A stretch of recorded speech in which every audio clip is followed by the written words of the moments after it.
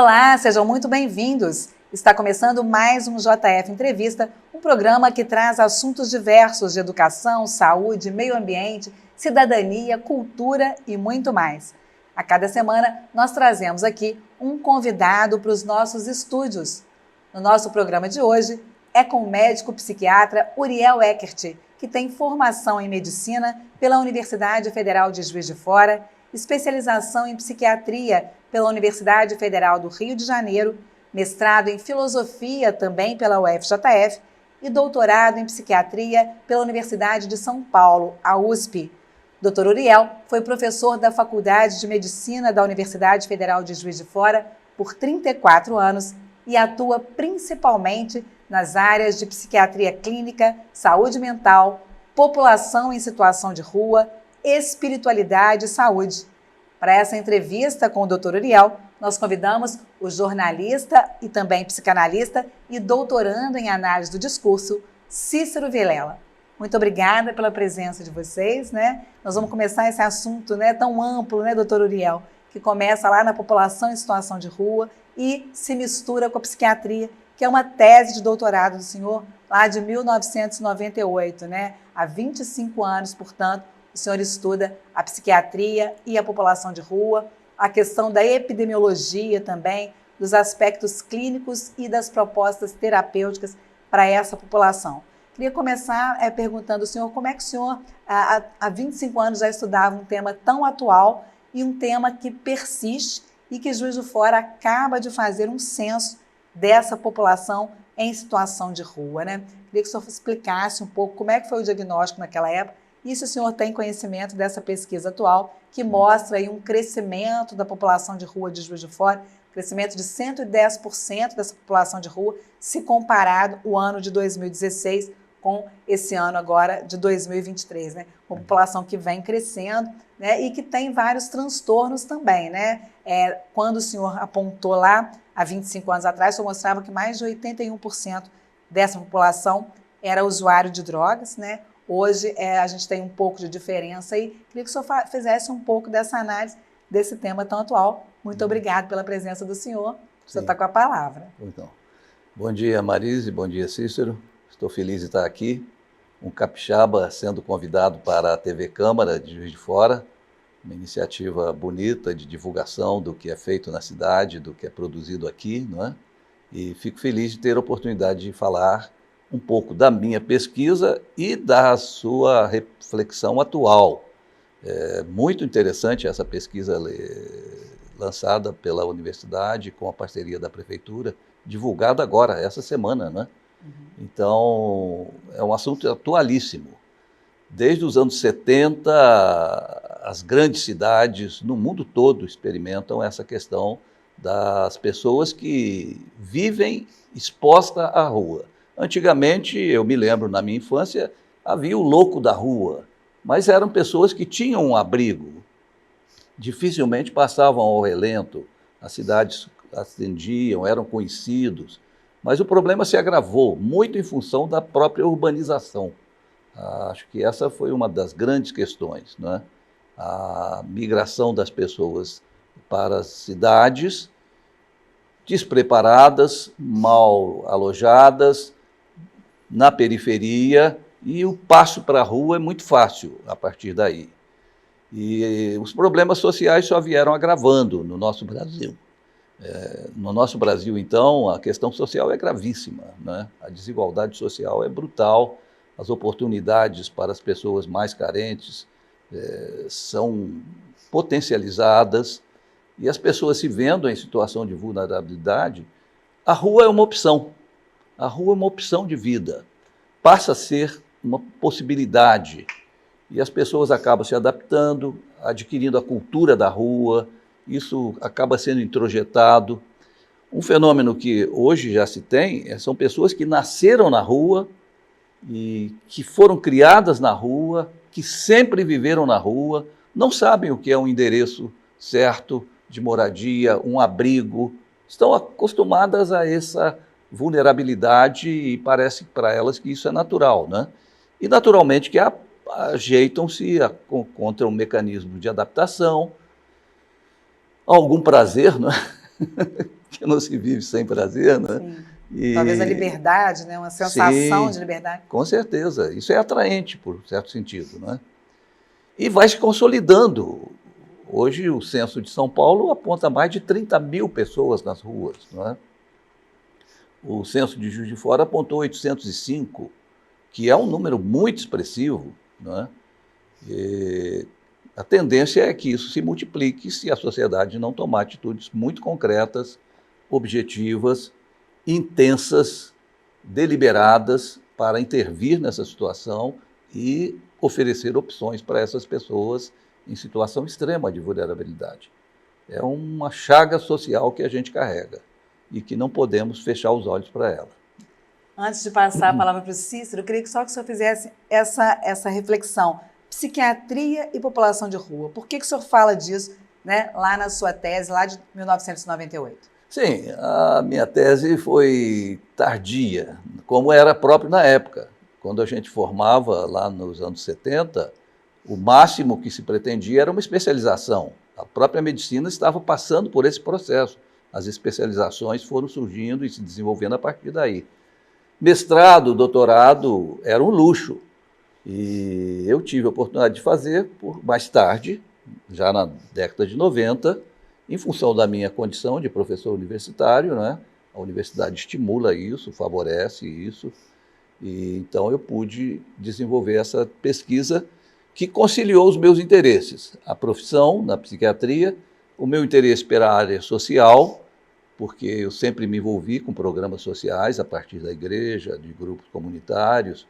Então eu achei que era momento de não abrir mais o leque, fechar o leque. E aí foi que eu escolhi esse tema para a pesquisa. A pesquisa foi feita aqui em Juiz de Fora, com a ajuda dos recursos que a prefeitura oferece, da universidade, e pude entrevistar essas pessoas em instituições, na rua,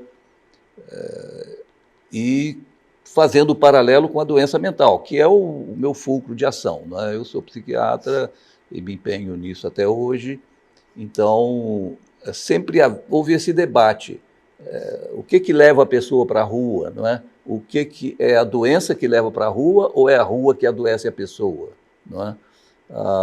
O meu envolvimento com a psiquiatria me estimulou a focar esse nicho, não é? Da doença mental como um ponto crítico para com a população de rua. Sim. Cícero? Oi, Marise. Oi, doutor Uriel. Obrigado pelo convite. É um prazer estar aqui com vocês, um prazer estar aqui na TV Câmara. O senhor apontou, doutor Uriel, muito essa questão da própria desigualdade social. Sim. E uma coisa, e aí, mais empírica mesmo, de observação cotidiana, a gente viu, pelo menos nos últimos 6 anos, 5 anos, um aumento de pessoas em condição de rua, vivendo na rua. E o senhor falou das próprias desigualdades sociais. O que poderia ser pensado em termos de política pública para conseguir lidar com essa situação? Para conseguir retirar, convencer ou dar habitação, enfim, para que essas condições possam ser melhoradas?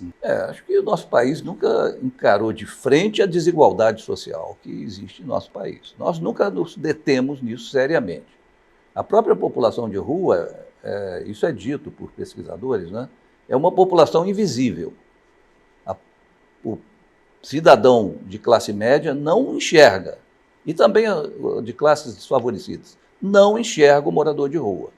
A gente transita por eles, passa por eles, e se não tiver um olhar intencional, a gente desconhece. Mas é uma questão que está se impondo. Começa a incomodar, não é? Quando se instala na frente de uma loja, quando toma um espaço do passeio público, começa a incomodar. E, normalmente, as medidas são repressivas. Sim. De condenação, de exclusão social, de distanciamento, o que não resolve. Não é? Até de arquitetura hostil, né? De instalar elementos para que não deitem naquele lugar. Bancos mais frios, bancos mais frios. Ao invés de banco que dê mais condição, banco de ferro, né? A sociedade nega essas questões e se nega a debruçar-se seriamente sobre isso. As políticas públicas, a gente tem que admitir, existem, graças a Deus, o Brasil já avançou muito nisso, não é? Mas nosso governo municipal tem políticas públicas interessantes, mas ainda são insuficientes, não é? No campo especificamente da saúde, uma coisa muito boa que foi criada há uns anos atrás foi o consultório na rua, que é muito bom, mas é uma equipe que sai à rua em horários específicos, buscando contato. É muito pouco para uma população que cresce a cada dia. E uma população complexa, que coloca diante da gente situações complexas. A moradia é uma delas, claro. Morar na rua é falta de moradia. Mas não é só isso, não adianta só prover moradia. É preciso dar condições de que essa pessoa subsista, que tenha uma renda mínima, que tenha condições de saúde física e saúde mental para administrar minimamente a sua vida, a sua rotina. Então, o que eu acho que o meu trabalho deixou evidente é que não se pode fazer política pública em relação à população de rua sem pensar na questão da saúde mental, porque é um problema muito sério. Envolve dependência química, mas envolve também transtornos mentais, né? Há pessoas doentes mentais que vivem na rua. E a doença favorece muito para que isso aconteça, não é? Há pessoas que adoecem na rua, então elas precisam assistência para que a reabilitação, a reinserção social, a reaproximação da família se dê de uma forma eficaz. Então é um problema muito complexo, que é preciso seriedade, empenho, recursos, é preciso o poder público injetar recursos, né, com determinação, com persistência, com continuidade, para que algum resultado surja mais efetivo. Doutor Uriel, nós estamos falando de quais doenças? É a depressão? Que outra doença mental, né, para além do uso de drogas, né, de problemas que muitas vezes a pessoa acaba dependente, para além desses problemas das drogas, de que doenças mentais nós estamos falando? E o Brasil piorou em doença mental, o Brasil e o mundo, né, de 98 para cá, em relação a mais pessoas sofrendo e muitas vezes não dando conta de tanta sobrecarga, tanta cobrança, né, que o mundo moderno coloca em cima das pessoas. Muitas delas encontram na rua esse espaço de não quero me enquadrar em nada ou não consigo vencer a depressão ou outra doença mental. Fala um pouco desse quadro que a gente tinha e tem hoje. Sim. A avaliação que se tem é que a saúde mental da população, em geral, piorou. Tem piorado. Os índices indicam nesse sentido. A prevalência de depressão é muito grande, dos transtornos de ansiedade, a prevalência também é muito grande, e outras complicações, as questões derivadas do uso abusivo de substâncias, não é? A pandemia foi uma tragédia. A pandemia foi uma tragédia, que a gente ainda não deu conta da gravidade do que a gente viveu nesses 2, 3 anos. E o impacto que isso trouxe na saúde mental das pessoas é inimaginável. Não só na saúde mental, né, da educação, na saúde geral, nas relações familiares, na questão comercial, né, nas questões econômicas. Nós vivemos uma tragédia mundial e que repercute e vai repercutir ainda por algum tempo.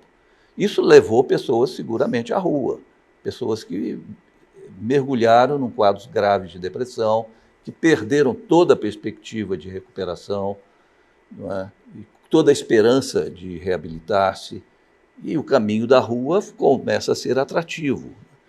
Pessoas que viveram situações de ansiedade intensíssima, insuportáveis. Eu vi no consultório coisas inimagináveis, e também entre conhecidos, não só no consultório, entre pessoas de convívio próximo, famílias, tudo. Os dois grandes ameaças que o ser humano tem diante de si, um deles é a morte, não é? E o outro é a alienação mental, é a perda do controle de si mesmo. São as duas grandes ameaças para todo ser humano. E a pandemia colocou isso escancaradamente diante da gente. A morte existe, está aí, não pode negar. De repente eu pego essa tal de Covid, ou ela me pega, e eu vou ser entubado, eu vou ser levado, eu não vou ter autonomia nenhuma, eu vou perder todo o controle sobre mim. Isso é apavorante. Apavorante. E algumas pessoas caíram num completo desespero. A gravidade dos quadros de ansiedade que eu enfrentei, que eu lidei, é inimaginável, inimaginável. Que sofrimento as pessoas passaram. E muitas pessoas não se recuperaram ainda, né, doutor? Sim, isso traz sequelas, isso demora tempo para se reabilitar, se é possível reabilitar. Algumas se perderam completamente, algumas se perderam na rua, não é? Rompimento dos laços familiares, em consequência das questões econômicas, a rua surgiu como opção, a rua vai tornando-se uma rotina e cada vez a vida fica mais deteriorada. Eu queria entrar num ponto, já que o senhor mencionou tanto a pandemia, mas tanto a questão da saúde mental, é porque a sua tese ela é pré-reforma psiquiátrica, né? Da questão que institui as moradias, que retira os hospitais psiquiátricos. Como é que o senhor vê essa relação atualmente com as atuais políticas de atendimento que não são mais a questão hospitalar, a questão dos hospícios, etc. O que mudou de lá para cá na atenção à saúde dessa população de rua, que agora não está mais isolada nos ambientes hospitalares, no isolamento, fora da vista das pessoas, digamos assim. Como é que essa reforma psiquiátrica impactou nessa questão do tratamento da população de rua? Olha, Cícero, eu tenho o registro um pouco da história da reforma psiquiátrica em Juiz de Fora. Aqui ela começou precocemente. Eu sou testemunha disso e sou protagonista disso, junto com outras pessoas. Em 84, nós organizamos o primeiro grupo de trabalho para tratar da reforma psiquiátrica em Juiz de Fora. E eu participei representando a universidade, havia colegas representando o INAMPS, que era uma instituição importante na saúde aqui, outros representando a Secretaria de Saúde, da Prefeitura, do Estado. Foi um grupo de trabalho interinstitucional. E nós começamos a pensar a reforma psiquiátrica aqui em 84. Em 86 já tínhamos mudanças radicais no fluxo da ascensão em saúde mental em Juiz de Fora. Então, em 91 veio a lei Paulo Delgado, que a gente batalhou muito por ela. Quando eu fiz a tese, eu já estava mergulhado nisso. E, para mim, a tese é um produto pós-reforma psiquiátrica, que já não enfocava o hospital como opção. Tanto que eu, como médico, a gente tem uma visão sempre muito pragmática, prática, que a gente quer ver o que isso vai trazer de benefício, né? E eu fiz uma proposta de assistência à saúde mental da população de Juiz de Fora, que incluía minimamente o hospital, minimamente. Priorizava o pronto-socorro quando havia possibilidade, necessidade de internação.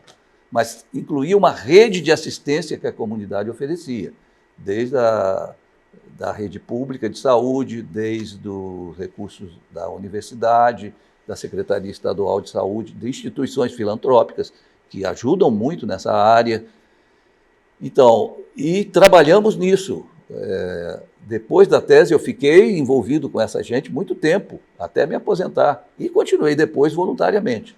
Mas até aposentar, eu tinha um projeto de extensão da universidade que era voltado para assistência à saúde mental da população de rua. Insistimos na questão da clínica de rua, que precisava ser colocada, e até aconteceu que o Ministério da Saúde instituiu esse recurso, e a Juiz de Fora implantou, não é?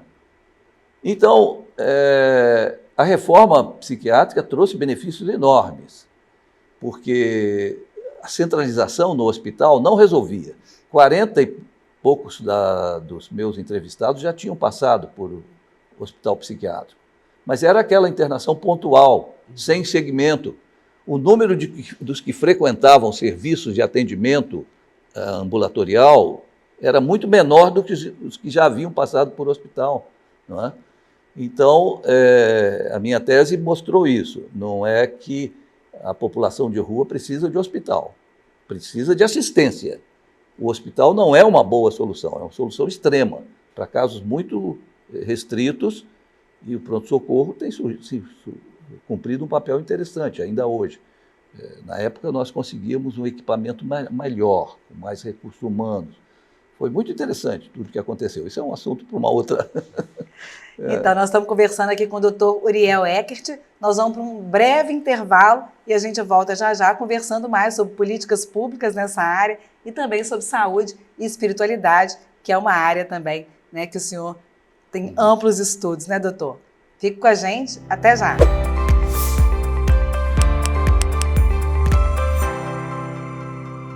Onde você quer investir o dinheiro do seu imposto? Conta pra gente e ajude a planejar o orçamento de Juiz de Fora. Basta participar de uma consulta pública da Câmara Municipal.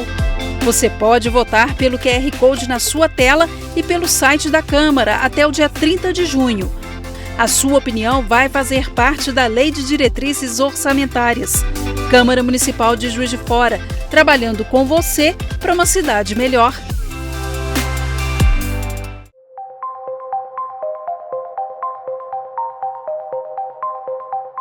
Essa semana no Cidade em Pauta, a gente vai discutir políticas públicas para cães e gatos em Juiz de Fora.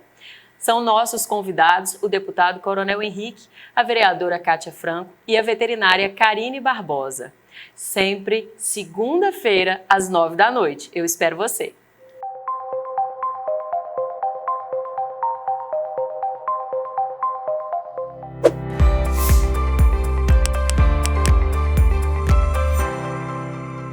Olá, estamos de volta com o JF Entrevista. Hoje o nosso entrevistado é o psiquiatra Dr. Uriel Eckert. Para entrevistá-lo, temos como convidado o jornalista e psicanalista Cícero Vilela. E quem começa este bloco é o Cícero. Vamos pegar então um pouquinho essa questão da espiritualidade, da saúde. Eu queria saber um pouco como é que o senhor enxerga a importância da espiritualidade para a saúde, qual é a relação que existe no tratamento entre essa questão da espiritualidade e as populações que vão receber esse atendimento. Sim. Olha, a questão da espiritualidade e que se desdobra na questão da religiosidade, não é? É constitutiva do ser humano. Foi uma brutalidade negar isso a partir de algumas concepções materialistas, ateístas do século XIX, século XX, e até hoje ainda existem segmentos que caminham nessa versão mais cética, agnóstica, não é?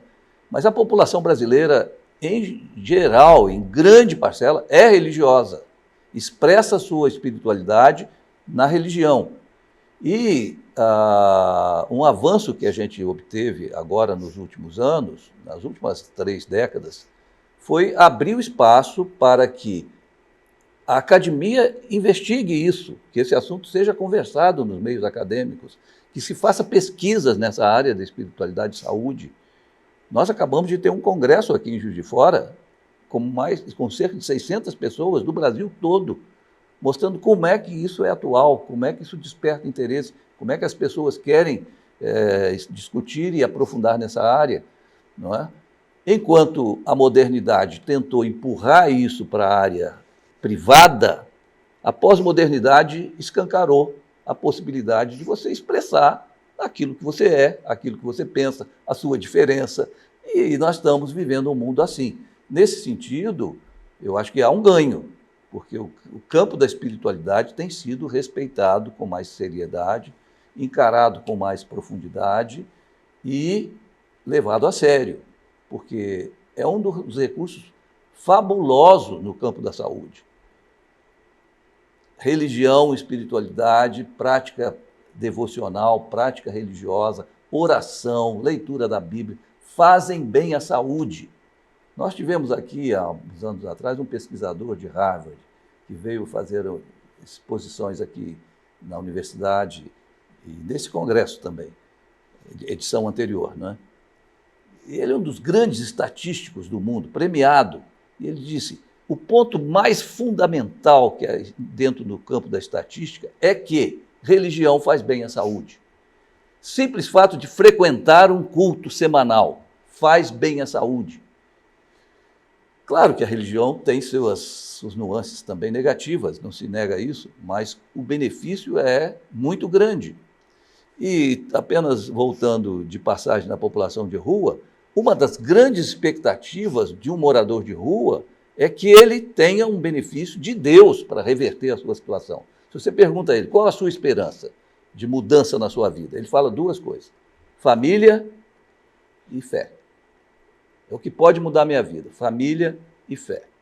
E claro que a gente não nega os recursos de saúde pública, os recursos das políticas públicas, tudo isso se soma, não é? Isso que eu ia questionar o senhor. As coisas não podem se perder, né, doutor? Sim. Tem que ter a política pública, né? Precisa se investir, ter estudos, né, recursos, mas também tem que ter estudo para mostrar como que a fé pode fazer a diferença. Fala um pouco disso para a gente. Sim, o senhor mesmo faz começou diferença. dizendo que muitas vezes a religião, as pessoas ficam só na esperança, né, vendo aquilo como a tábua de salvação, né? Sim. Não pode ser assim também. Fala um pouco disso, senhor que tem tanto estudo nessa área.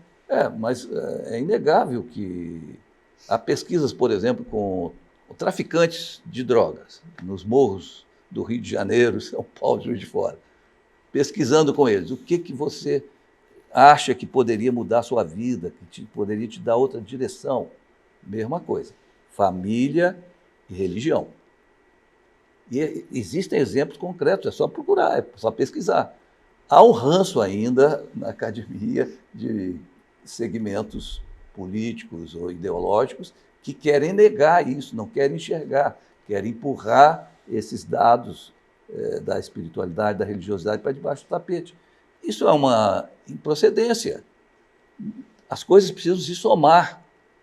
Que haja política pública eficiente, que haja investimento dos segmentos sociais, que haja parceria com as instâncias da sociedade que promovem ações efetivas e que promovem mudança.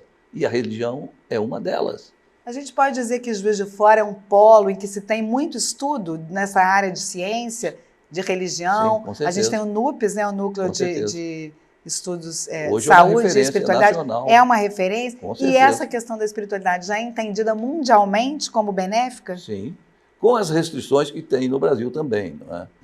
Hoje, especialmente o cristianismo, né? Existem muitas barreiras ao cristianismo no chamado primeiro mundo, na Europa, na Norte América. Não é? Por um lado, há um avalanche de recursos e pesquisas nessa área, por outro lado, há uma reação negativista quanto à fé muito forte. Não é? O embate não é fácil. Mas é inegável que tem se expandido esse campo. Há um reconhecimento na sociedade, a mídia já leva a sério, pode levar mais a sério ainda, porque são coisas que afetam o povo e que estão fazendo diferença na vida do povo. Não é? A América Latina está passando por uma transformação social inimaginável, que é o redirecionamento da fé cristã. Não é? Antes hegemonicamente católica, hoje em grande parcela no segmento evangélico protestante, com todas as nuances da América Latina. Não é? E o mesmo acontece na África, o mesmo acontece na Ásia. O cristianismo hoje é do hemisfério sul, predominantemente. Não é? Então, a gente precisa abrir os olhos para isso, pensando na população de rua, pensando na saúde das pessoas. Há pesquisas notáveis. Os clientes querem falar sobre a sua fé. Os médicos se negam, e muitas vezes, ou se sentem despreparados, ou acham que isso é coisa para um religioso, eles não devem abordar. Ouvi ontem uma palestra aqui na universidade de um pesquisador americano. Ele disse: o capelão para o enfermo à beira do seu leito é o seu médico. O médico é o capelão à beira do leito do seu paciente. Claro, ele pode recorrer, chamar assistente social, chamar capelão, chamar psicólogo, um líder religioso, tudo isso ajuda. Mas os profissionais de saúde hoje estão tomando consciência de que é preciso, pelo menos, saber abordar isso, não é? Abrir espaço para isso, que faz bem às pessoas, que dá esperança, que mostra o horizonte. Não é? E olha a Covid. Como enfrentar a Covid sem fé? Só entrando numa questão um pouco mais concreta em relação a isso, qual seria o papel das instituições religiosas na contribuição às políticas públicas? De uma maneira mais concreta, tirando para além do próprio aspecto da fé e tal, mas no sentido do trabalho com a política pública. Porque eu estou perguntando isso porque a gente também vê, como a gente tinha perguntado para o senhor da questão da reforma psiquiátrica, a gente também vê o que a parte dos estudos mostram como um retrocesso de internação muito ligado a comunidades, a um retorno de comunidades de internação, especialmente de álcool e drogas. Né? Mas qual que seria, então, um papel conjunto da religião junto com o avanço da própria reforma, o avanço do atendimento à população? Eu acho que você acertou. Parceria. Eu me lembro, quando a gente estava trabalhando a reforma psiquiátrica em Juiz de Fora, uma entrevista que eu fui junto com o Paulo Delgado, defendendo a reforma, junto com ele. Que já, Paulo Delgado, deputado, né, que criou... Sim, naquela época ainda, que a lei ainda não tinha sido aprovada. Ele já a lei da deshospitalização. Deshospitalização, né? Lá em 91 que foi aprovada. Eu disse a ele, eu lembrei Martin Luther King na entrevista.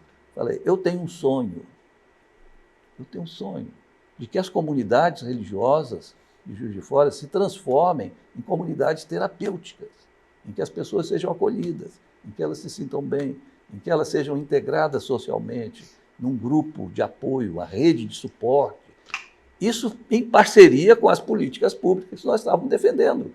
Não é? Então, eu acho que diálogo, parceria, diálogo supõe humildade, não é? De saber que eu não tenho resposta para tudo, eu não tenho a solução mágica, mas dou a minha contribuição. Não é? Parceria, não é? Uma parceria honesta, transparente, não fisiologista, não é?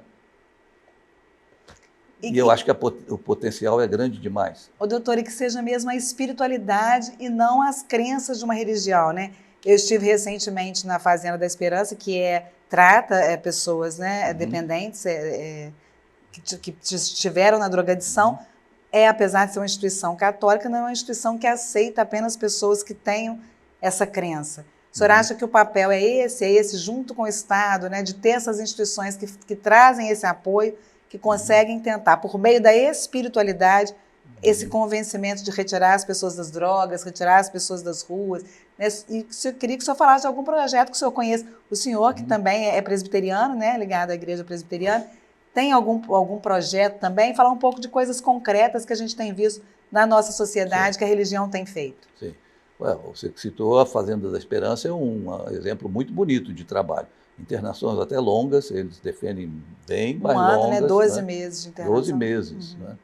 Uma outra instituição que eu apoio, que eu já participei muito aqui em Juiz de Fora, é o Resgatando Vidas, Comunidade Terapêutica Resgatando Vidas. Lá você trabalha hoje com 4 a 6 meses, é um tempo menor. Né?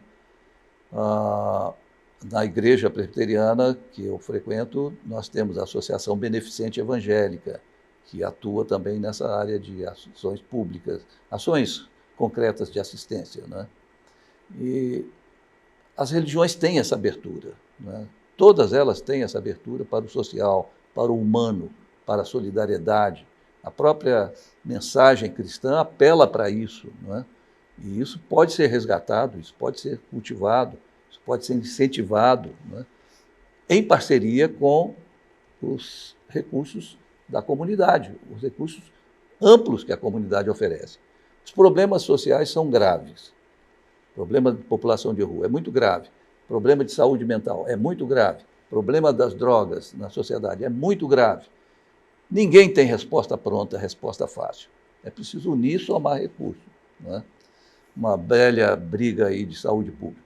Mas eu defendo métodos de retirada progressiva da droga, como é que se fala? Redução de danos.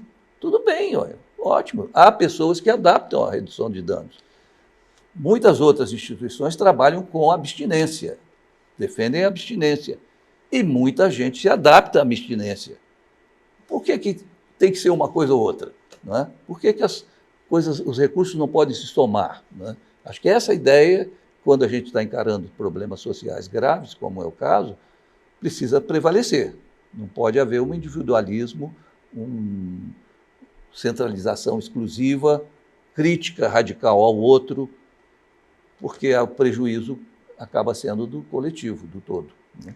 Nosso tempo desse segundo bloco está acabando, doutor, mas eu queria que o senhor continuasse falando isso no próximo bloco, falando um pouco de que isso não é só para o SUS resolver, né? Por isso a questão da espiritualidade, outras questões, talvez, né, não sei qual a posição que o senhor tem em relação a isso, mas o senhor responde no próximo intervalo. Nós estamos entrevistando o psiquiatra Uriel Eckert.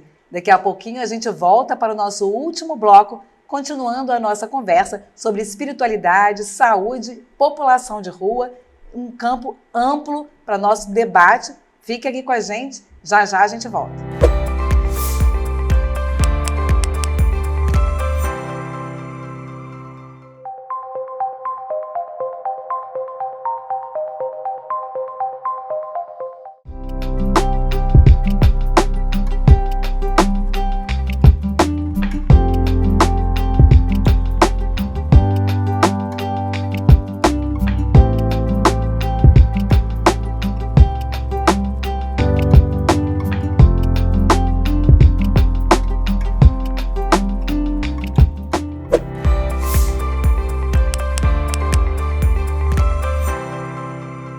Estamos de volta com o JF Entrevista, falando hoje com o Dr. Uriel Eckert, psicanalista, e ao nosso lado o jornalista Cícero Vilela. Nós vamos dar continuidade, então, ao nosso papo do bloco anterior, doutor, falando sobre a importância do SUS para todos estes tratamentos, né? Para além da espiritualidade, é preciso continuar investindo no SUS ou é preciso ampliar mais este apoio aí para toda essa população, para dar conta de tanto problema de saúde mental? Sim. Sim, o SUS é uma preciosidade, não é? É uma coisa maravilhosa. Temos esse sistema de saúde tão amplo, competente, unificado, universalizado. Todos têm acesso, até os estrangeiros que estão chegando no Brasil são acolhidos pelo SUS, não é? Então, maravilha. E precisa ser levado a sério, investir nele, ter recursos mais consistentes, ser defendido, como a gente tem visto, frentes parlamentares, né, investindo na proteção e na autonomia e recursos para o SUS, sem fechar a possibilidade de que outros recursos, outros aportes venham, sejam de instituições públicas, instituições privadas, instituições religiosas, enfim, o que pode somar, deve somar, a gente não pode fechar num horizonte só, né? Mas hoje acho que a gente tem consciência de que o grande recurso de saúde pública no Brasil é o SUS, não é? E tudo mais, as outras instâncias são chamadas de saúde complementar.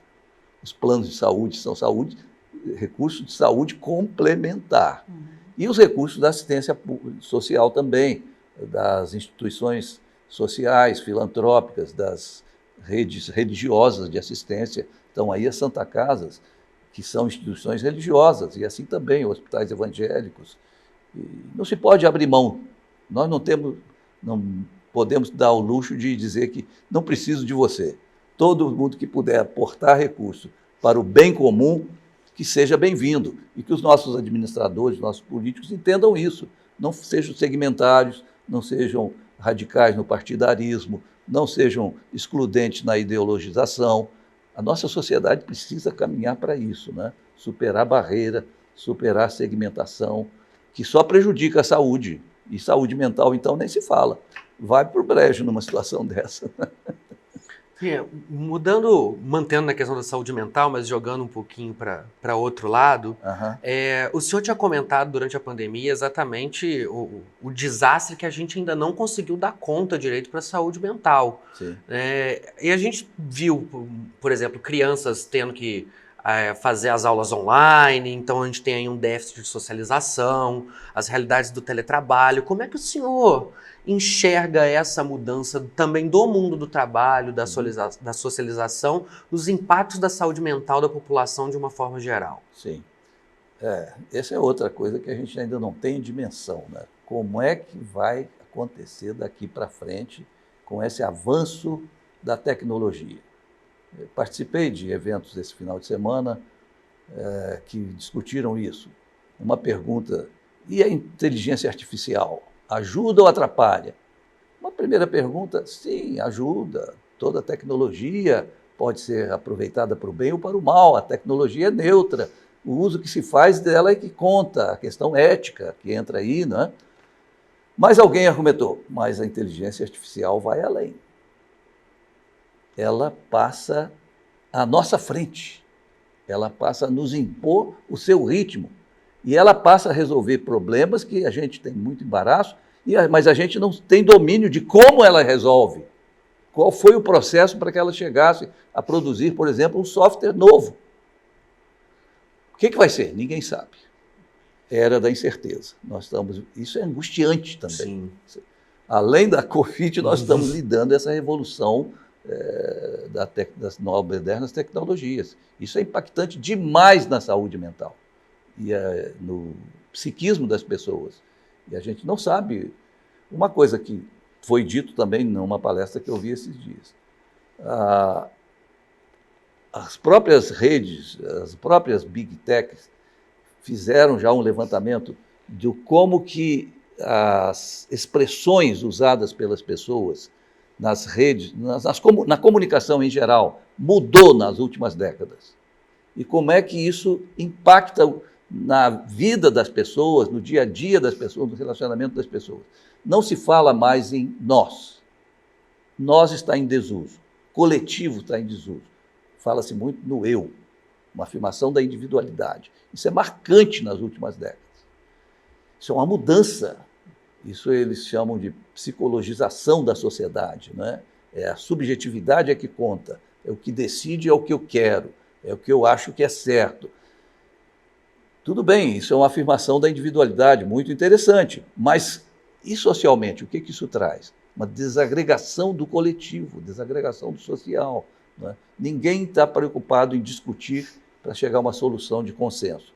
Cada um está preocupado em afirmar a sua opinião, fazer valer o seu ponto de vista. E as mídias favorecem isso, né? A impessoalidade, aparente impessoalidade, né?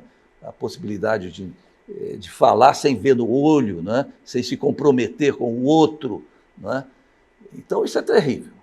Isso está impactando a saúde das pessoas, vai continuar impactando. Uma pessoa me abordou esses dias. Meu filho me pediu socorro. Por quê? Estou viciado em joguinho eletrônico. O filho, jovem, 20 e poucos anos, chegou à mãe e pediu socorro. Estou viciado. Me endividei no jogo eletrônico e estou passando aperto porque as cobranças estão sendo intensas em cima de mim. Uma rede já de ganho também por trás disso. Que sociedade A gente pode falar numa curiosa. Pandemia disso, doutor? A gente pode falar numa pandemia de problemas mentais causados pela tecnologia? Como é que o senhor vê? Sim, a gente está vivendo isso. Um incremento das questões do sofrimento psíquico a partir do uso abusivo, desordenado ou até por ignorância ainda, né, por desconhecimento de todo esse mundo que está nos absorvendo, que está nos envolvendo. Para O que vai ser? O que dá para fazer? É isso que vai. Para essas pessoas. É a espiritualidade também, Sim. É uma mudança, é a legislação que precisa ser Sim. mais rigorosa. Como é que o senhor, como psiquiatra... Tudo isso. Precisa leis, precisa diálogo, precisa pesquisa, esclarecer e precisa fé para lidar com isso. Com incerteza. Como é que você lida com o incerto, com a incerteza, com o que vem pela frente? A certeza de que tem um Deus que está no comando. Uau! Que alívio isso me traz. Certeza de que as coisas vão dar certo. Esse mundo, com toda essa harmonia, com toda essa beleza, com todo esse projeto, porque isso não foi por acaso, isso não é impossível ter sido por acaso. Matematicamente já se prova isso, que é impossível ter sido por acaso. Né? Isso vai dar certo, isso tem um fim teleológico, que a gente não enxerga ainda. Nós estamos vivendo uma revolução, estamos imersos nela, sofrendo as consequências dela, que sejamos minimamente solidários uns aos outros, né? Porque estamos sofrendo e passando por uma época de profundo impacto sobre nós, de profundo impacto sobre nossas famílias. Falamos pouco em família, né? Mas é vital na família, nisso tudo. Né? Falamos um pouco das instituições que podem dar suporte, né? As instituições religiosas são uma delas, né? Mas acho que a fé predomina nesse momento, né? Se você não tem fé, como é sustentar a esperança? O que o senhor tem receitado nos consultórios diante de tudo que tem chegado para o senhor? É essa espiritualidade também? É se afastar um pouco da tecnologia? Como é que o senhor, como psiquiatra, tem reagido a essa situação? Sim, os pais têm que colocar limite, as pessoas têm que saber que precisam de limites. Ontem mesmo eu fui lembrado pela minha esposa. Olha, um pouco antes de deitar, é melhor a gente apagar a telinha. Mas na A gente sabe, insônia. mas precisa ser A lembrada. telinha está ali. Pois é, as pessoas dormem com o celular do lado, acordam e vão manipular celular. Isso é nocivo, isso faz mal para a saúde. Isso já há pesquisas mostrando isso, né? Essas coisas precisam ser mais difundidas e levadas a sério, né? Mas a esperança é preciso ser sustentada. A gente crê que isso vai dar certo, que isso vai ser absorvido beneficamente, que vai trazer benefício, como está trazendo para a sociedade, né? Muita coisa boa está acontecendo, né? O senhor enxerga essa nocividade em todas as gerações? Os idosos também, que muitas vezes, né, sozinhos, com os filhos trabalhando, né? Por exemplo, a minha mãe, ela fica nas redes sociais, né? Ela tem mais de 80 anos, fica nas redes sociais. O senhor enxerga essa nocividade para todas as etapas da vida da mesma maneira, ou as novas gerações já estão vindo num mundo ainda pior? As novas gerações já passam a ser condicionadas por essa cosmovisão, né? Por essa visão de mundo que as redes sociais transmitem. Os idosos já têm outros referenciais, acabam recebendo o impacto também do uso abusivo das tecnologias. Existem idosos viciados em joguinho, viciados em telinha, existem, né? Mas talvez tenham mais noção por tudo que já experimentaram pela vida, né? Os jovens não têm outra opção, é o mundo que eles estão conhecendo, é que eles estão expostos, né? Eles ficam muito vulneráveis, né? Nós estamos caminhando lá para o nosso final. Cícero quer fazer mais alguma consideração e depois deixar as considerações também, doutor Uriel. Não, eu gostaria de ouvir as considerações finais dele. Sim. Agradeço muito a vocês. Eu cheguei em Juiz de Fora em dia 1º de janeiro de 1964. Vamos para 60 anos. A grande parte da minha vida eu vivi aqui. Nasci lá no sul do Espírito Santo, Guaçuí, morei em Alegre, Cachoeiro de Itapemirim, morei em Campos dos Goitacazes, mas vim para Minas, vim para fazer a minha faculdade, fui acolhido aqui, casei-me aqui, meus filhos nasceram aqui, me considero já um juiz forano. E essa experiência foi muito agradável para mim, vir aqui a essa casa, que é a casa do povo, ser recebido aqui, ter 1 hora para falar e conversar com tanta gente boa. Fiquei muito feliz.